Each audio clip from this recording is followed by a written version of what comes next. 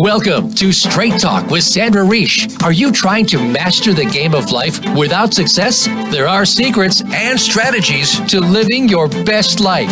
We'll share some of them with you on today's show. Take advantage of this series to become an expert at relationships. All relationships. It's time to live the life that you deserve to live. Now, here's your host, Sandra Reish. Welcome to Straight Talk with Sandra Reish, a show about living your very best life. So when I think of topics for the show, I always go back to my original thought of how do we live our best lives? And one thing that comes up in my practice, in my talks, and everywhere I go is the concept of resiliency. It's a pretty hot topic these days. And certainly I know when I speak, I always tell people that if I had the choice to offer my own children happiness or resiliency, I would actually choose resiliency, which usually gets people a little alarmed. The reason I say that is because there are good times and there are bad times, and I can't control for that. But if you arm your children with resiliency, they will know what to do during the difficult times. So I went researching to see who is a big expert on this topic, because I wanted to bring you the best.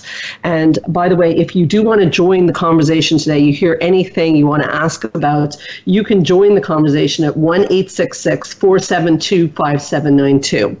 I found Dr. Michael Ungar, and he is the Canadian Research Chair in Child, Family, and Community Resilience at Dalhousie University and the founder and director of the Resilience Research Center. So definitely found the right person. He's one of the best known writers and researchers on the topic of resilience in the world. As a family therapist and professor of social work, he's helped identify important factors that influence resilience in children and adults during periods of transition and stress, which is great because we're going to learn how to build that muscle. He's written 14 books that have been translated into 5 languages, manuals for parents, educators, and employers, over 150 scientific papers. So we definitely want to talk to him about it. He's written some best-selling works that are called things like To Sail for Their Own Good, How Risk and Responsibility Help Teens Thrive, and I Still Love You, 9 Things Troubled Kids Need from Their Parents. And he has a blog. He's going to tell us all about that. I have 2 kids. I definitely am going to want to learn about this. But let me start by welcoming you to the show. Thank you so much, Dr. Ungar, for joining us. Oh, a real pleasure, and sorry for the long bio. It's an impressive bio, and I guess my first question is I'm very interested myself in resilience. It's, I treat people with anxiety and depression, and through the many years I've been doing this, resilience seems to be a key factor on who does well and who doesn't. What made you interested in the topic of resilience? Well, probably, to tell you the truth, 2 things. One was some of the young people I was working with who also fit the same profile you just talked about, and of course they trouble their families a lot. What you begin to notice, of course, is that some make it through, that some are actually doing, better than you would expect under the circumstances. So they have severe mental health challenges, they're very anxious, they're being bullied, they're whatever's going on in their lives, and they actually are getting through that, and they seem to be sort of, surpassing our expectations of them. So, years ago, I really got curious about that, and that sort of led to a long and, multi-million-dollar program of research all around the globe that has kind of said, well, why do some kids survive better than others? But to be honest, there was also a personal factor. I'm one of these young people myself, when I grew up, sort of emancipated by the age of 16 and was on my own. And basically, I think there was always a little bit of my own personal curiosity. And it's a story I actually talk about in I Still Love You, and in sort of understanding the kids I've been working with and some of the things that make them resilient. It's been a fun process of also reflecting back on my own sort of path to where I am in life now. It's interesting because as I listen to you talk about that, it sounds, I can relate to it. It sounds like perhaps you turned your lemons and turned them into lemonade as one of the bonuses. I mean, there's a lot of hardship from having to discover a lot of things on your own quite young. But one of the bonuses is you definitely develop the muscle of resilience because you have to cope. Is that right? Well, you do. And, fortunately, if you have a certain set of talents, so you can draw on something inside of you, and this is perhaps where what we're actually understanding about resilience is that it's this it's this dynamic, it's this exchange, this sort of ping pong game that we play with the environment around us, the family that we have, or the opportunities that we have around us to actually be able to succeed. And in my case, I certainly had some smarts. I definitely had some drive. I wanted to make something of myself. But on the other side of that, there were also some really important both people and opportunities that came my way as I was growing up, that kind of basically the world rewarded me for who I was. And I think that when I'm actually working, whether I'm working with street kids in Colombia, or I'm working with a kid who's just going through absolutely a hellish situation at home for whatever reason, I'm often seeing that same pattern. Are they in fact saying to the world, I've got something to offer, and is the world kind of coming back to them and saying, okay, we're going to value that, and we're going to give you an opportunity to shine. Yeah, it's really well said. So, I work with people all the time who have kids, teenagers, children, coping well, not coping well. And so a really important thing to clarify, I have my own opinions on this, but I certainly want to hear yours, is, are children naturally resilient, or do we make our children resilient? Well, it's actually, the answer is both. So obviously, our kids, we are just innately programmed to, for instance, to want to do good for others. We sort of have this penchant to sort of help and contribute and mimic, and a drive to obviously feel good, and there's a sort of, just the way we're wired is to reach out to our environment and to evoke from that environment experiences that are going to reward us, whether it's that tiny little baby that they Google and turtle a little bit, and then we respond to them, and there's this kind of back and forth game that we play even with a very young child. Well, it's the same all the way through. But the trick is, and this is where the story of resilience really gets interesting, is it does involve that other responding to us. So, Sandra, if I could, the way I often explain it to my audiences is by twisting the story of, Cinderella around. Everyone often thinks about Cinderella, right, as kind of a resilient kid. She comes out of hardship, the evil quote-unquote stepmoms. Apologies to all stepmoms out there. They do get a bad rap in the stories. But have you ever noticed how the story is always told from the point of view of Cinderella, that somehow she survives on her own and wins the prince? But if you really think about it, the story isn't about Cinderella. The whole magic of the story is the fairy godmother. And if Cinderella didn't have a fairy godmother who can turn pumpkins into carriages, where would she have ended up in life? She certainly wouldn't have had the prince. She would have probably been a kid who ran away eventually from a very bad home. And, gosh only knows where she ends up. So for me, I'm going to argue that while we do have our capacity to be Cinderellas, or whatever male equivalent you want, we also need our fairy godmothers. And if I could, the mental health professionals, the people like us that are therapists, the teachers that knock themselves out, they are communities of fairy godmothers and fairy godfathers who are making resilience in our kids possible. I can't even express how much I love that metaphor and that analogy. I don't know if you know that on top of the fact that was so well said, that I wrote one book in my career, because one was enough. It took a lot of time. And the book was called Once Upon a Time, How Cinderella Grew Up and Became a Happy and Empowered Woman. So it's very ironic that you gave that example. I really got a real chuckle out of that. Well said. Well said. Yeah.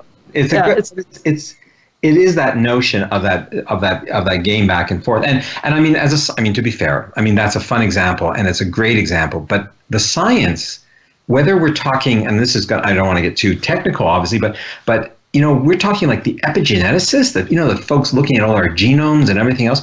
They are basically saying that our genes are triggered by our environment. And if you think about, or if you talk about to the environmental scientists who are looking at whether or not when we see a tree, do we take less pain medication, or if you're talking about the way schools are designed, if you're talking about the way families can help their kids to grow up healthy, every single one of these conversations says that resilience has something to do with us having special qualities that can be nurtured, but ultimately it's also about that world around us at multiple levels that is going to reward us for those special things. So important. And, let me, play the other side of the coin, because a lot of what I see in my office, and people listening to the show for sure are going to want to know about this, is can we unfoster resilience? Because I see a lot of helicopter parenting, quote unquote, where parents are doing everything for their kids, and it's almost like children are unlearning resilience. Is that how you see it? Oh, very much so. In fact, it's funny, swapping book titles here, but Too Safe for Their Own Good was exactly that phenomenon of this overprotective parenting. This is how I came at this. I was going around the world. I was watching very resilient kids in all kinds of environments around the globe doing really well. And then I would come back to my own community here in North America and see parents literally not giving their kids the very same things that the most robust children in the globe were finding from their families. So things like genuine contributions and this type of thing. Anyways, all I'll say is I've discovered that there's at least 9 things that make kids resilient. And when you are overprotective as a parent, you're probably denying your kids those things. Interesting. Okay. So when we come back, we're going to take a short break, but when we come back, we're going to talk about the dangers of being overprotective. And something that you brought up to me when we prepared for this show is the role of chores in making children resilient. Like, oh, this is going to be interesting. So chores can help make your child resilient. So don't go away. We'll be right back with Straight Talk with Sandra Reish.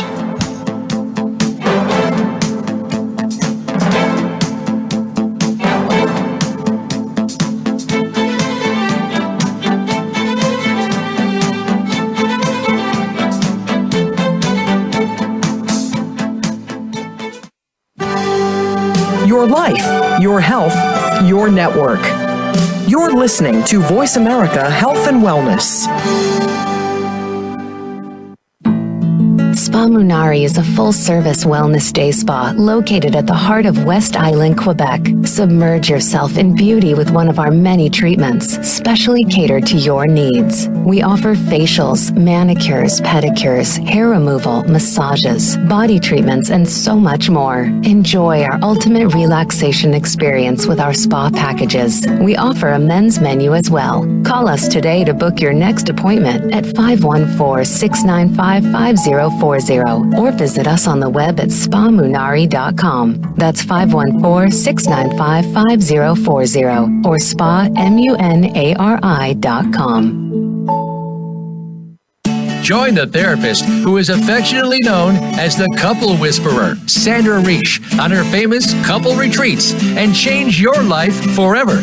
Sandra offers couple retreats in beautiful locations several times a year that can radically change your love life. Couples describe her retreats as life-changing. Regain that loving feeling, bring your intimacy to a new level, and rediscover excitement and joy. Find out more at helpforanxietydepression.com or call 514-796-4357. We all want love and safety. Now you can have it. Call 514-796-4357 or helpforanxietydepression.com.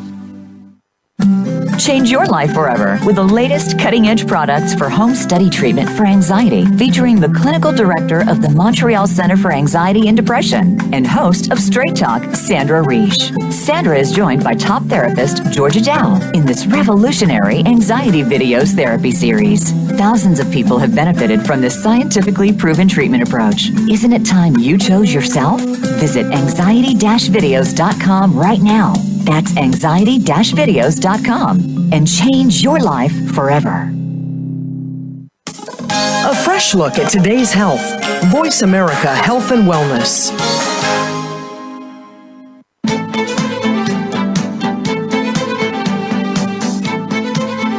You are listening to Straight Talk with Sandra Reish.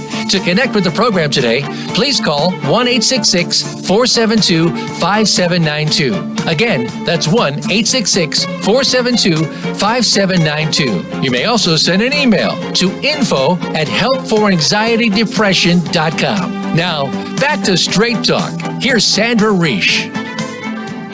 So great show today. We have the fascinating Dr. Michael Ungar on the show, and I keep worrying I'm not saying your name right. Am I saying it right? Yeah, Ungar, and it rhymes with hunger. Okay, good. I'm doing good. And I'm really enjoying the conversation. And I know our listeners love when we bring in a little bit of personal aspects. So I'm going to do that right now. So I grew up, I had European parents, came post World War II. So in some ways, we learned the work ethic. They were pretty tough on us. But in other ways, they had seen such difficult times that there was a lot of, I'm the second of two, a lot of protectiveness. And something over the years made me feel that I want to experience something different. And I decided to go work in a bar. 22 years later, I was still working in a bar. It's hard to believe, but that's really where I feel I have my real psychology degree from, but I divert. I found those 22 years in the bar business, they were tough, and they taught me survival skills that I could have never learnt in a somewhat protected, or actually quite protected environment. What are your thoughts on that? Because I'm going to lead that into this conversation about chores and, your book also that you talked about, Too Safe for Their Own Good. Again, it makes sense that parents would be overprotective after going through World War II, but it has fallout. Do you agree? Oh, yeah, absolutely. I think, and here's actually one of the, just to sort of give people some context to this, we are seeing a spike in anxiety disorders amongst children at a time when all other physical and mental health problems in children are either constant or dropping. We are literally seeing huge spikes in anxiety disorders in our children. And so this has gotten out of hand for sure. And I guess what we're understanding is that children, for proper development, they need to be sort of pushed to, and I'm going to use the word manageable amounts of risk and responsibility, or what I've called the risk taker's advantage. And that's kind of, I think the conversation has been so much on protecting our children. What we forgot as parents is that actually that's not just our job. Our job is actually to get our children ready for life. And that, of course, involves the opportunities to make decisions for themselves, to make mistakes. My best example, I often think about when my children were more around, like, say, 8 years old. And I used to think, well, what the whole point would be, if you're going to go take them to the soccer field or something like that, what you really want to do is say to the kid, well, you go down to the washing machine and you pack your own gear, you get everything ready, I'm going to make the sandwiches and I'm going to load the van or whatever. And of course, parents will often say, well, they're going to forget their left shin pad.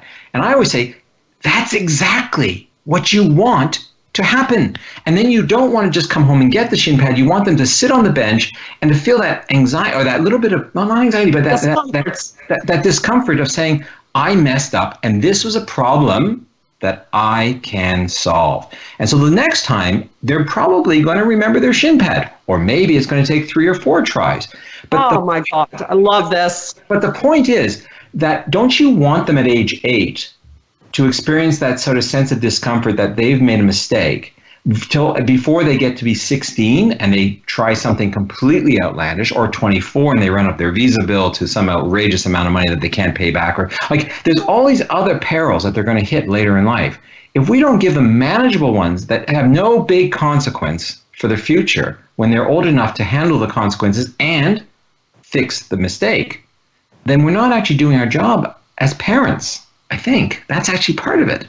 Oh my God, people listening to the show are going to think that we had secret meetings in advance. You talk so similarly to me. And it's something I struggle with my clients, because a lot of very well-meaning parents say to me, yes, but then my child will suffer on the bench or they'll miss school. And I say to them all the time, and let them miss school. Don't let them sit around watching TV all day when they miss school. But yes, our kids have to have discomfort. I completely agree. So why is it, and women I find are worse at this, and I'm a woman, why is it that we fall so much into caretaking our kids? Why are we so afraid of our kids having discomfort?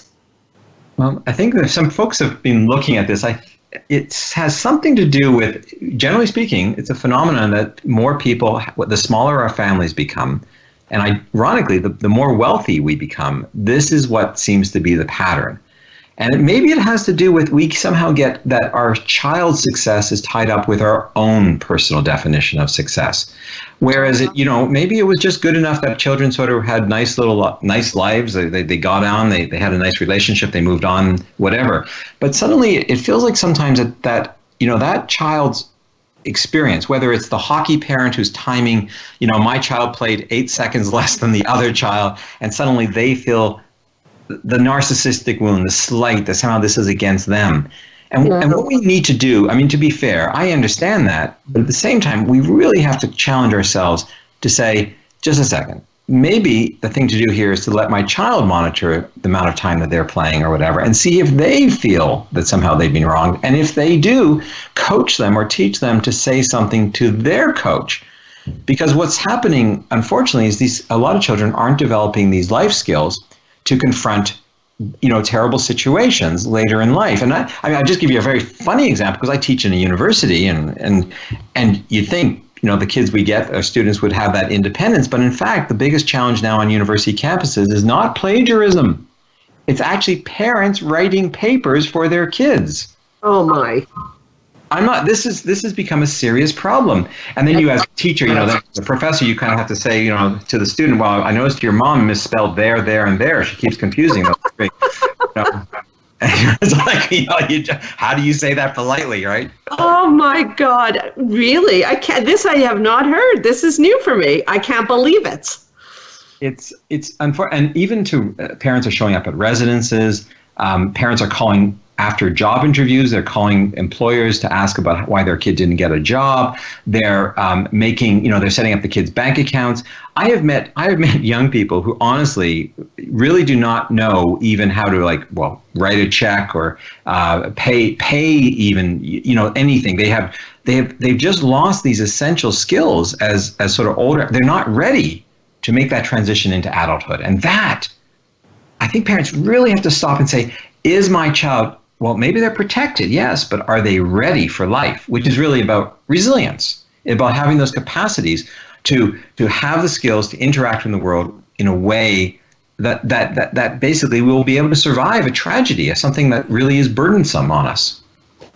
You're making really important and brilliant points, and I want to highlight two things you said that I think are so important. One is that, and I'm glad you said it, that anxiety disorders in children are at an all-time high. We're seeing this more and more. And the other thing that I want to highlight is that I think that on an unconscious level, to keep children and teenagers and young adults non-resilient or not, doing things for them, in some ways is a selfish act, right? Because it keeps the narcissism is at play there, because it keeps your children very dependent on you. And I think that sometimes, and it's a slippery slope. You can understand how parents fall into this. It's a nice feeling to feel needed, and as we get older, we're needed less and less. But I think that unconsciousness has to become conscious, that is no longer doing something for your child. It's actually creating a dependency is doing something for you. And that's a hard truth, but I think an important one. Yeah. And that's exactly the dynamic of, if it's about us, then maybe we have to turn this conversation over to what do our children need. And what our actually children need is, and I see this all over the world, I see this in my clinical work and my research, is of course children need structure, but they also need consequences that are reasonable to guide them forward, so that they know how to deal with a situation, or if they make a mistake, that they can fix it, as my example about the soccer and the missing shin pad. It's funny, but in our research, we also know that children need their parents, yes, but actually, here's the interesting thing, Sandra. Children, in our research, we also show that children need lots of other relationships. I jokingly say, you want your child to have strangers, and you want children to talk to strangers. I know that's kind of, oh my God, parents go a little bit crazy, but it's joking aside, you want your child to have a comfort level to talk to a stranger in a restaurant, to order, to operate a little bit on their own, because ultimately that's the skill set that's going to get them through. I also think about things like, you want your children to experience a sense of control. You want them to have a powerful identity. You want them to like who they see in the mirror.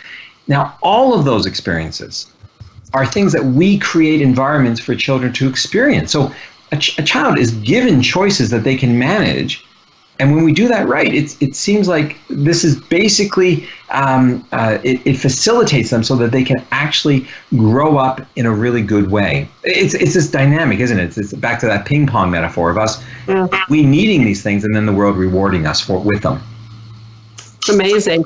Now, I promised before the last break that we talk about the role of chores in making children resilient. Is there a role in terms of chores and resilience?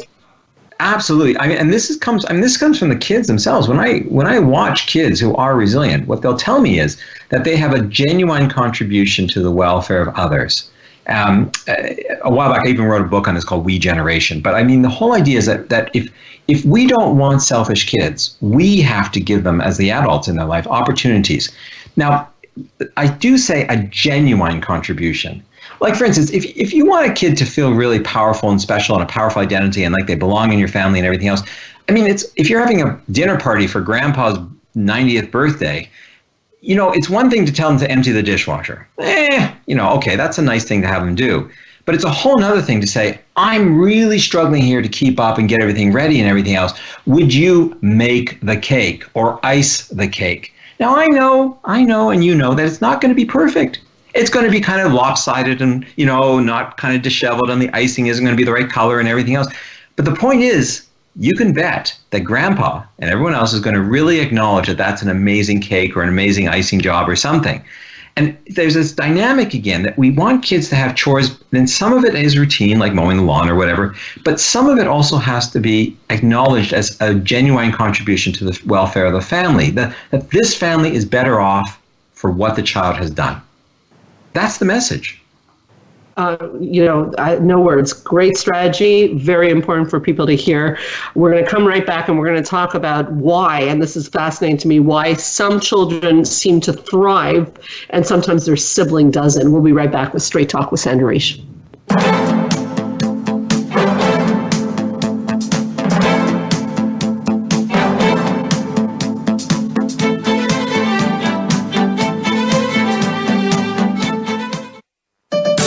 Your life, your health, your network.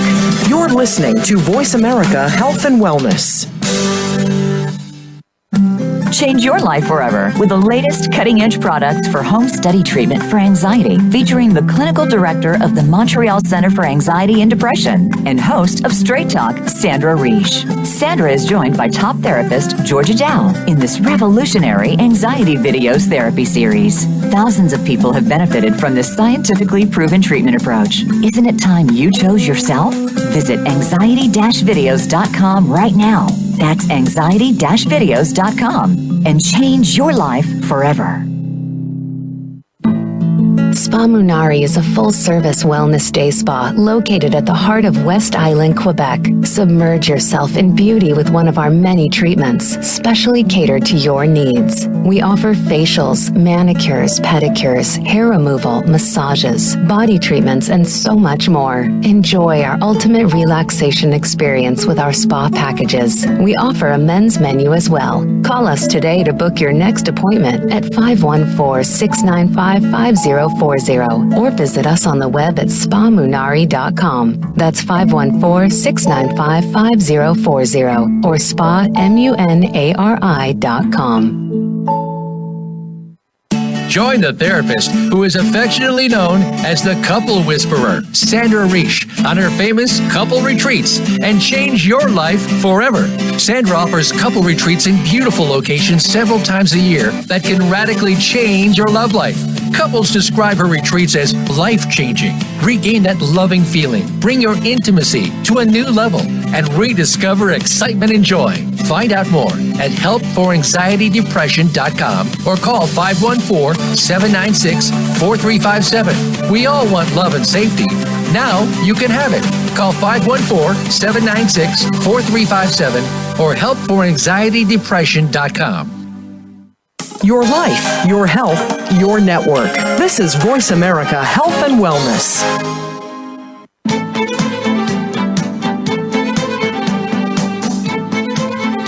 You are listening to Straight Talk with Sandra Reish. To connect with the program today, please call 1-866-472-5792. Again, that's 1-866-472-5792. You may also send an email to info@helpforanxietydepression.com. Now, back to Straight Talk. Here's Sandra Reish. Resiliency, an important skill for children to have, for all of us to have, and a predictor of life success. So before the break, I was wondering, Dr. Ungar, why is it that sometimes same family, same parents, one child seems to thrive and the sibling does not? How do we understand that?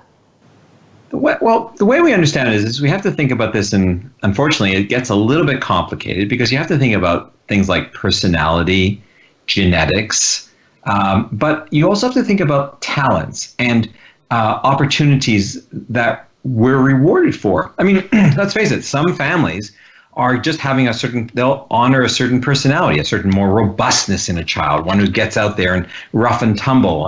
Another family might actually find that a very difficult personality type and actually feel more like the shy, withdrawn, studious child is actually the better fit for them. Now that's kind of boiling it down a lot. But what we do know is that if you think about a whole bunch of moving parts, genetics, of course, and a little bit of add personality, but then you begin to think about cultural norms, what's valued in that particular family, what's valued in the school system, gender as well, of course, expectations on us as boys and girls.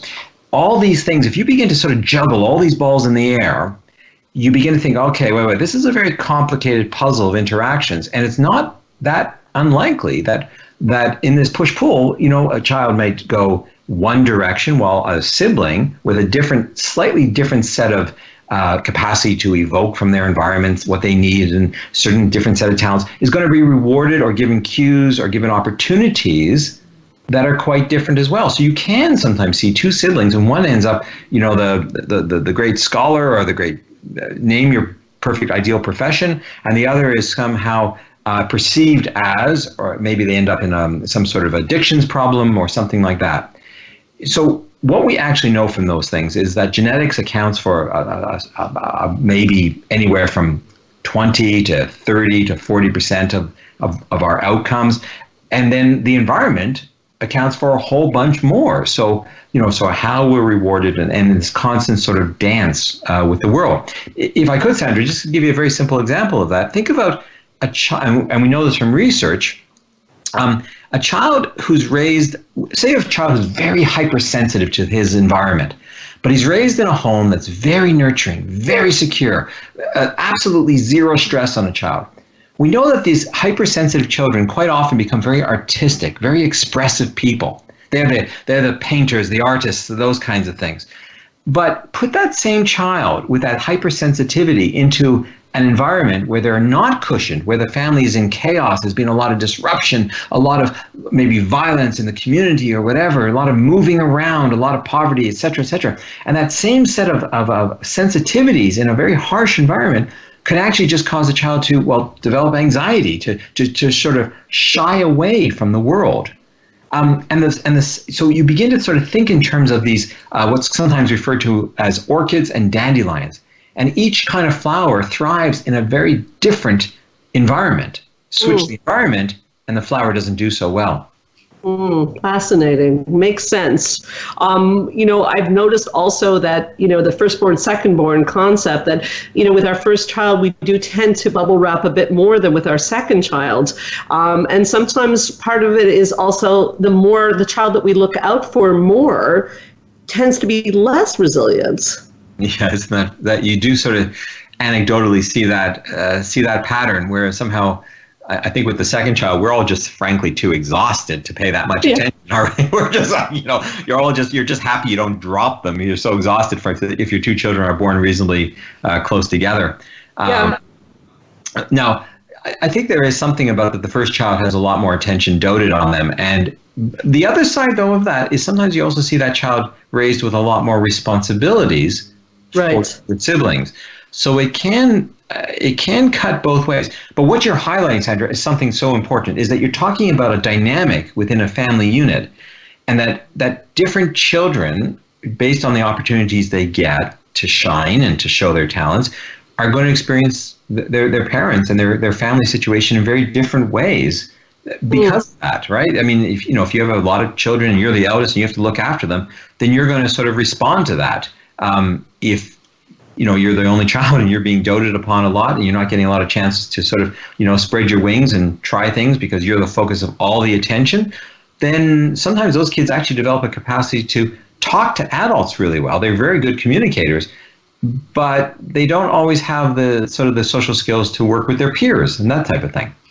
Yeah, that's a really good point, actually. I see that quite a lot. Another thing that I see happening a lot is a lot of schools are reaching out. We give a lot of, our center gives a lot of talks to schools. They're wanting to know all the time, what can they do to help children become more resilient? Do you think the school has a role? Oh, absolutely.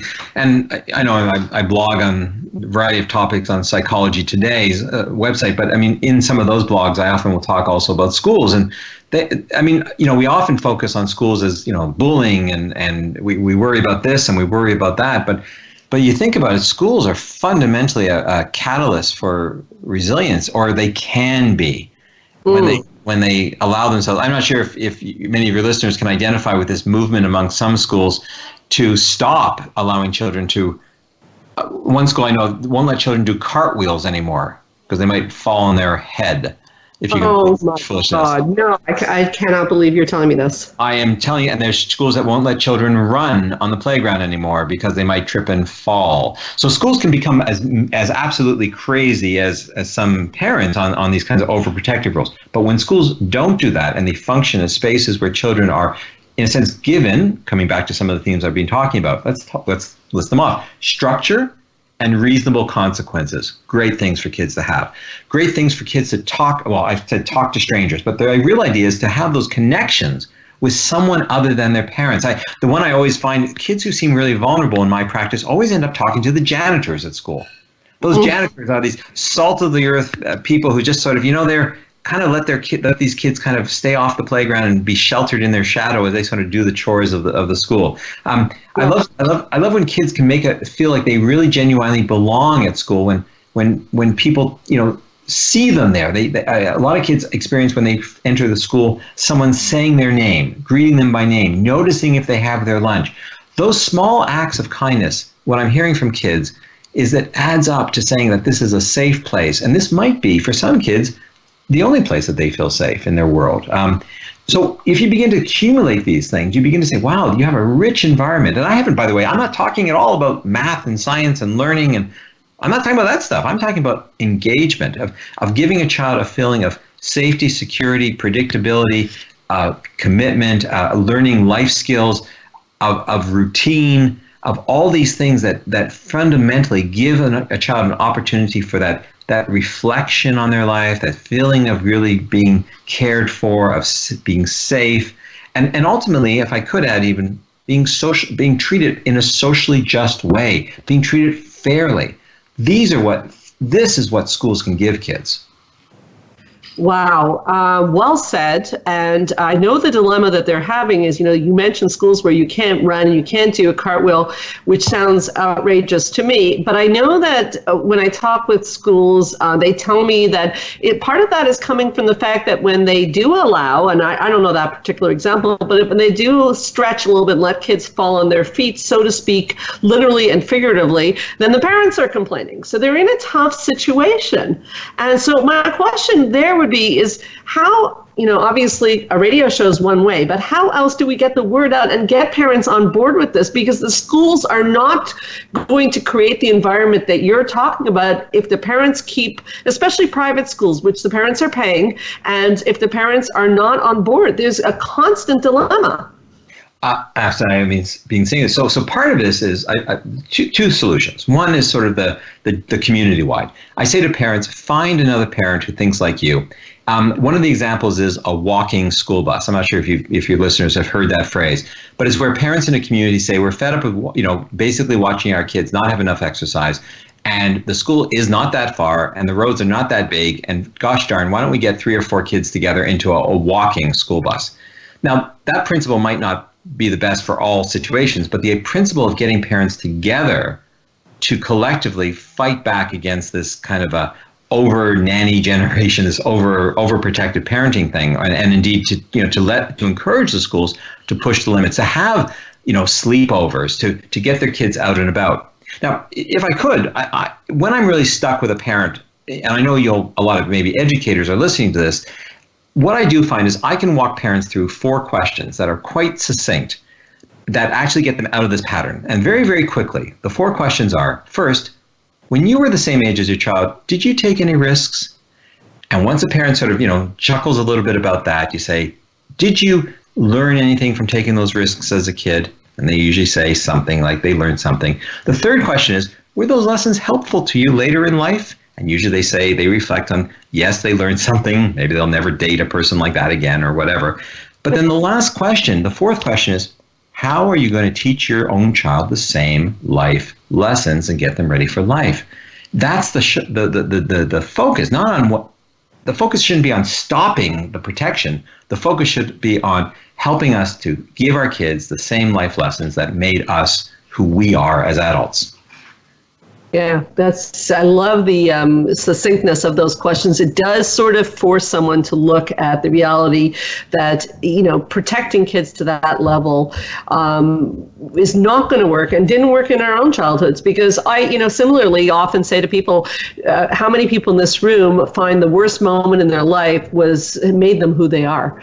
And it's the same type of concept. Every hand in the room goes up. It's really interesting. I'm going to ask people not to go away because Dr. Ungar was kind enough to bring a gift for everybody. So come right back, and we're going to talk also about social media, which is a hot topic. Can't wait to hear what you have to say about that. We will be right back with Straight Talk with Sandra Reish.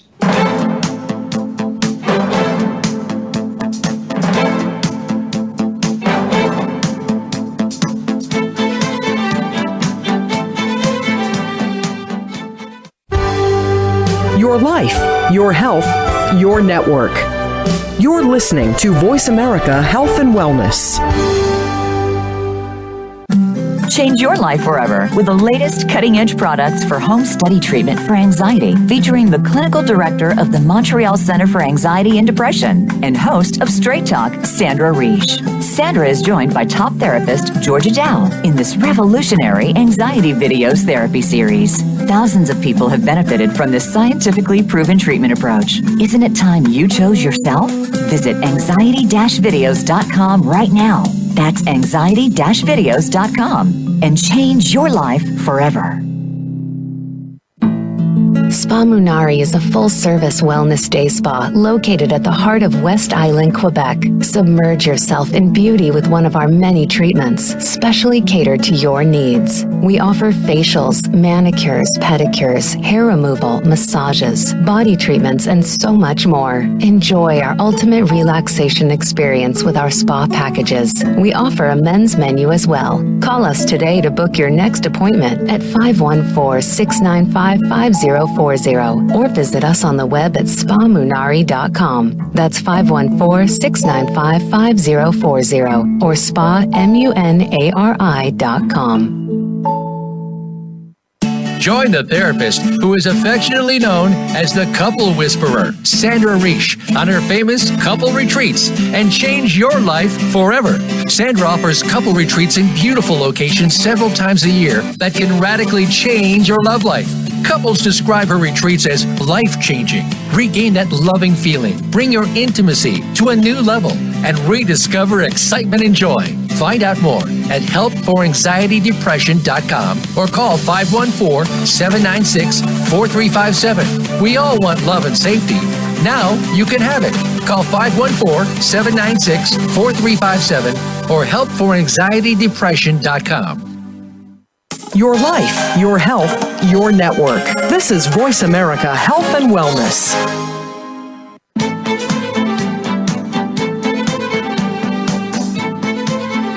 You are listening to Straight Talk with Sandra Reish. To connect with the program today, please call 1-866-472-5792. Again, that's 1-866-472-5792. You may also send an email to info@helpforanxietydepression.com. Now, back to Straight Talk. Here's Sandra Reish. Time is flying by. I was just telling Dr. Ungar on the break what an amazing straight talker he is. He gets right to the point, and he really is teaching us so many great strategies. And I love that because so many people are struggling with this issue. And not only was he kind enough to come on the show and share his strategies, but he has brought a gift along with him for our listeners. Dr. Ungar, what is the gift? So basically, the points I'm making, you can certainly download from my website, michaelungar.com. You can actually go there and get a summary, a nice little, I guess they're like postcards on each of the 9 things that young people really need to be more resilient, and just very succinct strategies, just things that parents can do in their homes and in their lives with their kids, and it's all available there on michaelungar.com. And the nice thing is I've set it up so it's free downloads. If you want to read more, sure, order, Too Safe for Their Own. I Still Love You has a longer explanation of each of these things. But on their own, they're just pithy strategies that parents need. I find sometimes it's just that reminder, and they're actually designed to be cut out as a almost postcard size kind of printout. And I find that's the kind of thing that people put up in their fridges. Forget all the books gather dust sometimes, but boy, those little 9-thing postcards that get up on the fridge and just remind you, today, I'm not going to do that. I'm not going to tie their shoes again. I'm going to let them do this on their own because it says this is kind of what my kid needs. And I find that's kind of what I've set up for people and made it as accessible and easy to download as possible. Well, it's very kind of you. And what we did is we put it on the Straight Talk site. So that's straighttalksandrareish.com /radio gifts. It's there also. So people can download it. And I still think the parent that doesn't rescue their child at school is the anomaly. I'm sure many parents find us very odd people in my community here because we will not rescue our children. It is still not the norm. And yet I also jokingly say when I speak, if you want to make my anxiety clinic rich or make me rich, keep rescuing your kids. Now, I don't say that to be mean. I'd actually rather find other ways to earn money, and there's always other ways, than having 2-year-olds coming in with anxiety problems, because it starts very young. Now, before I start to go off onto my soapbox about that, I've got to get to the $1 million question, which to me is, can social media make children resilient or vulnerable? Everybody wants to know that, Dr. Ungar. So it's, unfortunately, the answer is, as in many things in these fields, is it kind of depends. The good news side of this is that social media is having a really, and I'm going to assert this, that social media is having a really positive effect on kids. I'm going to argue that this next generation is less racist, less homophobic, less sexist, more in tune to get involved in social causes, more into fundraising, more aware of the world as a global community. You just listen to what kids are listening to on their, sort of from their iTunes accounts or whatever, right? They're in a global community of communication and ideas, and that is amazing. That is a gift that we've given them. Now, the other side of that, of course, is it also opens them up to predators and bullying and pornography and many of the risks. But here's the thing. I mean, those, children have been exposed to risks all along. I think our job as parents is, if I could, it's not to put the net nannies on. It's not to sort of say to children, you can't be on the web. I think the job is, as children are growing up, is to give them the skills to know how to be safe. Just like we tell them don't run out between parked cars, so we also have to sit them down in front of a computer. And if you can, keep the computer in a public space in the home, so that when a youngster like 10 years old is surfing, you're kind of there just passing through occasionally, just watching a little bit of the communication patterns. If you can do that, if you can engage with your child young enough and then coach them, and this is really what I think we're talking about, the solution. I want parents to be involved with their kids. I don't want to give them the message that it's all hands off and laissez-faire parenting.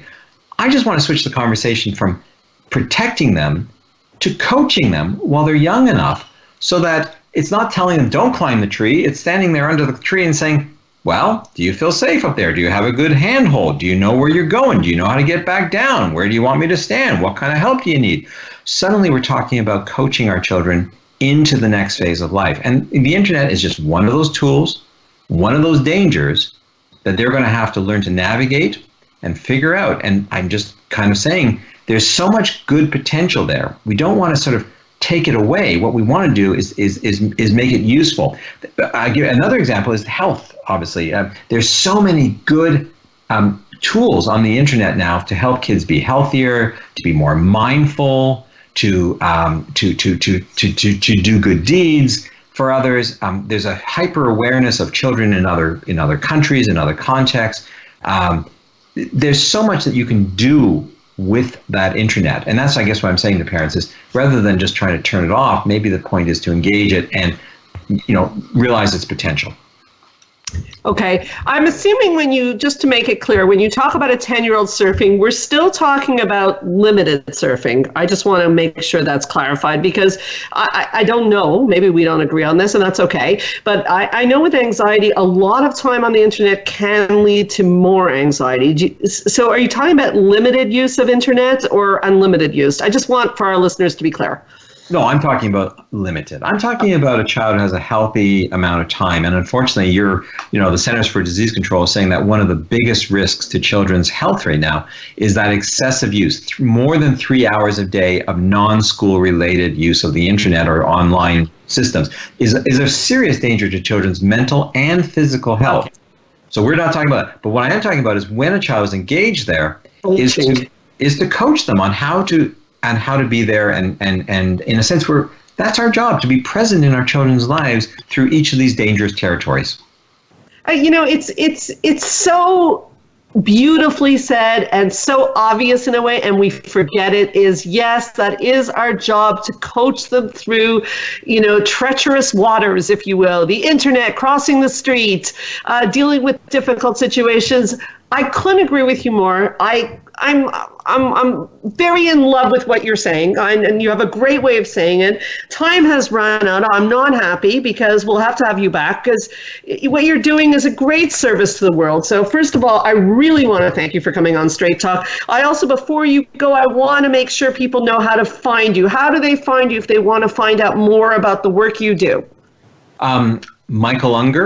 Ungar.com, and that's UNGAR.com. So it's michaelunger.com is a great way. You'll have lots of information there. And of course, my Psychology Today blog, again, under my name, and it's called Nurturing Resilience, if you want to look that up. And if you're interested in the research side of my work, well, I'm easy to Google, and believe me, there's a huge research site and lots of information there for those who are more on the geeky side and want to delve into the science behind all these ideas. There's a lot of science that supports these ideas, Sandra, as I'm sure you know, and that's where the field, we've just got to get that information out there to parents and ultimately, help kids. Well, it's been an extreme pleasure, and I'm so honored to have you on the show. You have the work you're doing is so important in this world, and the show starts with teaching people to live their best lives. And I think you've done a lot for us today. I am definitely going to be in touch with you, and we're going to try to get you back on again. But I want to thank you so much, Dr. Ungar, and good luck with your upcoming trip and all the amazing work you do. Well, all the best to you and your listeners. It's been fun. So hats off to you. Take care. Thank you. I'd also like to thank our listeners so much for listening to Straight Talk with Sandra Reich. I'd like to invite you all to come back next week. And if you're interested in Dr. Ungar's work, retreats, therapy, or any other media that was mentioned on this show or previous shows, check out helpforanxietydepression.com. Don't forget, you can go on straighttalksandrareich.com, add the /radio gifts to receive amazing free gifts from Dr. Ungar and other previous guests that have been on. You can follow us on our Facebook page, Straight Talk Sandra Reish, as well. Feel free to leave a question for me or for Dr. Ungar or any of our guests. And by the way, remember to like us when you're there. You can hear this and any prior show as a podcast on my website, straighttalksandrareish.com, on the podcast app of your iPhone, or on iTunes under Straight Talk with Sandra Reish. Feel free anytime to drop me a comment or a question at info@helpforanxietydepression.com.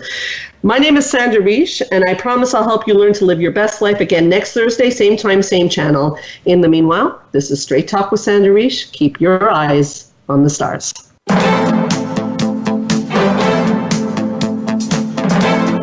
Thank you for listening to Straight Talk with Sandra Reish. We hope you've enjoyed today's show, and we'll tune in again next Thursday at 3 p.m. Pacific Time, 6 p.m. Eastern Time on the Voice America Health and Wellness Channel. Now, go live your best life.